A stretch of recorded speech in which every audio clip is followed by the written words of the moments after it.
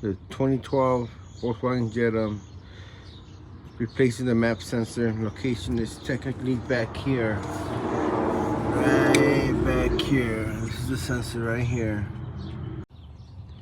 Everybody kept telling me it was on the body throttle right here, but technically it's located back here. You guys can see this right there. 2012 Volkswagen Jetta 2.0 S. And it was hard to find, but anybody needs this video, make it much easier. Here you go.